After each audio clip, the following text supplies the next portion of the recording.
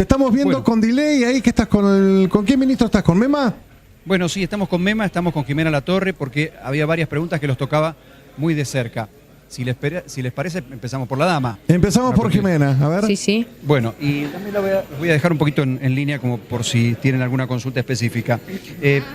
A Jimena Latorre la pregunta que le hacíamos obligada era cómo se va a instrumentar, que es lo que le interesa a la gente, si le va a llegar un descuento en la tarifa eléctrica, que ya lo anticipó el gobernador el próximo trimestre, ¿cómo se instrumenta y por qué se logra?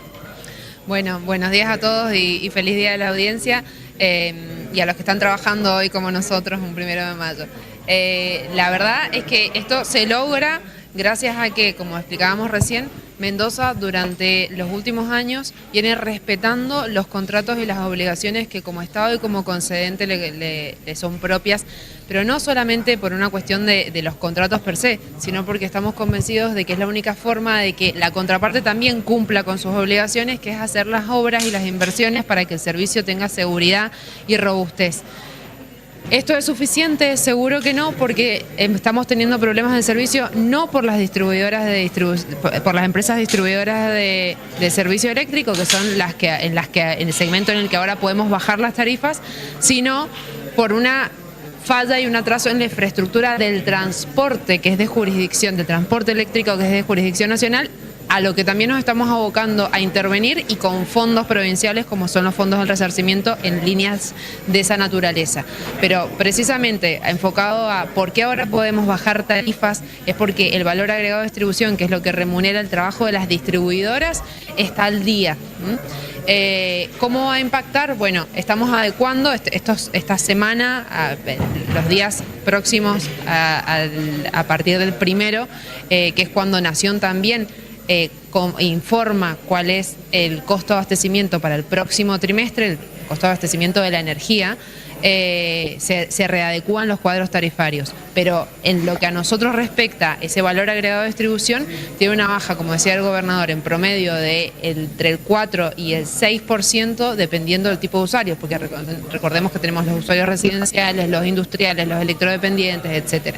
Pero en los próximos días, la semana que viene seguramente, vamos a tener definidos los cuadros tarifarios con la información que nos acerque Nación respecto del precio de la energía, más cómo impacte eso a la baja que nosotros ya teníamos planificada para este próximo trimestre. ¿Alguna pregunta para Jimena? Sí, yo tengo una, Pablo. Jimena, ¿nos escuchás? Buen día, ¿cómo te va? Buen día, Ricardo, sí, te escucho. Feliz día.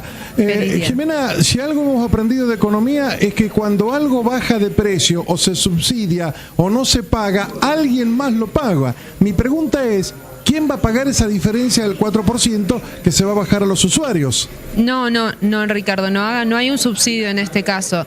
La baja se debe a que, como les decía recién, el valor agregado de distribución ya venía ajustado, venía actualizado, entonces no se les debe nada a las distribuidoras. Cuando los costos que tienen que afrontar las distribuidoras para prestar el servicio se estabilizan, eso tiende solo a la baja. Lo mismo ocurre y lo mismo debería seguir ocurriendo si la economía se estabiliza con el resto de los precios no regulados. Acá hablamos de tarifa e intervenimos desde el Estado porque estamos hablando de un servicio público, pero en un contexto de estabilidad económico, todos los precios, los no regulados, también deberían tender a la baja. No es porque nadie esté pagando un gap o una diferencia. Bien, de acuerdo. Por mí está, no sé chicos, si ustedes tienen alguna pregunta, la soltamos entonces a Jimena. Pablo, muchas gracias. ¿Lo tenés a Mema ahí?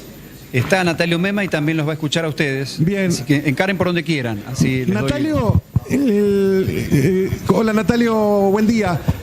¿Nos escuchás? Sí, ¿qué tal? ¿Cómo andan? Buen día. Bien, lo más escueto posible. ¿Cuál es la importancia de ampliar el puente de la Ruta 15? A nosotros nos sorprendió un poco esa obra. Me encanta pasar en moto por ese puente, porque te vas paseando hasta después te agarras los cerrillos, te vas a Si no te Tucumán. viene una camioneta amplia de frente. Claro. Porque es Angostini. Y porque él va en moto. Claro. ¿Cuál es la utilidad de ampliar ese puente? ¿En qué beneficia a la economía de la zona? Bueno, en 2019 nosotros la primera decisión que tomamos como gobierno provincial fue incluir todo el sur de Luján en el transporte del área metropolitana, que todavía hasta ese momento se consideraba transporte rural de media y larga distancia del río hacia el sur. Ese fue un primer paso. Y ahora, con este puente, lo que va a permitir es, primero, mucho mayor dinamismo en la conexión entre el sur y el área metropolitana, y específicamente el paso del transporte público, que hoy la provincia y los usuarios pagan muy caro, dar la vuelta hasta la ruta 40 para volver cada vez que hay que cruzar del sur hacia el norte de Luján, y sobre todo también el paso de vehículos de carga. Por ejemplo, hoy un camión de bomberos no puede pasar por ahí, tiene que darle una vuelta. Bueno, así muchísimos ejemplos de dinamismo y de unir lo que la geografía divide entre el sur de Luján y el resto de la provincia. Natalio, ¿para cuándo van a tener finalizado esto que anunció Cornejo y que tiene que ver con la ampliación del sistema SUBE para toda la provincia? Bueno, lo decíamos recién, es un sistema nacional, se han comprometido con el gobernador a terminarlo este año. Se nos cortó.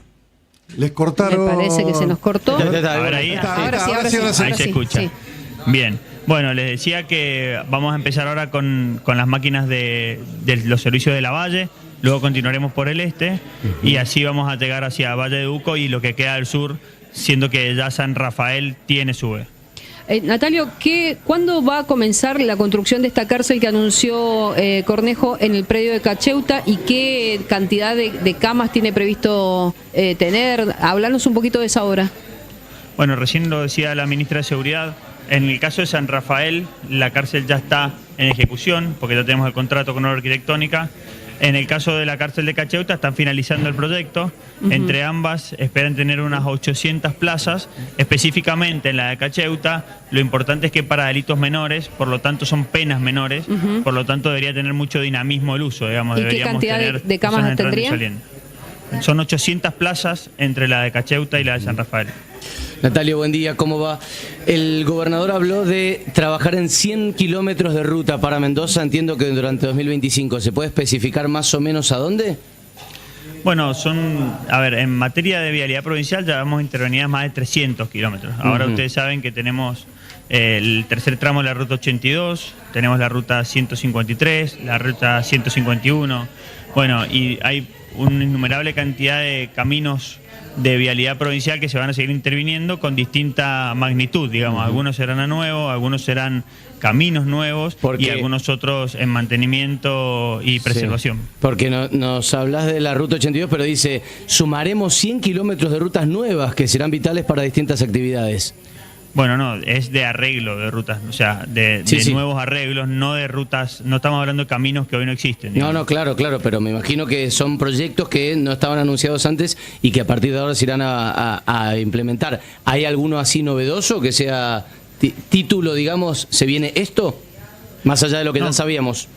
A ver, es el plan que tenemos, que es el que hemos votado en el presupuesto, es el que anunciamos el año pasado, es el que ya hemos licitado con la DPB. Y en lo que queda del año seguiremos en ese camino, digamos. No hay alguna ruta que no haya estado anunciada. Lo último, Natalio, hagamos un tracking y pongamos fecha, fin de obra y entrega de obra y habilitación de la nueva ruta 82 e inicio de la tercera etapa. Bueno, tiene que finalizar en los próximos 2 meses la etapa actual y el tercer tramo ya empezó el año pasado. Se licitó, se adjudicó y ya está en obra. Bien, ese tercer tramo 2 años más o menos. Seguramente es más complejo porque no es doble vía, pero ustedes saben lo complicado que está el desarrollo que ha tenido la zona de las compuertas, Blanco Encalada, Cacheuta. Bueno, tiene una dificultad mayor, pero yo creo que en 2 años debería estar. Gracias, Natalio, que tengas buen día.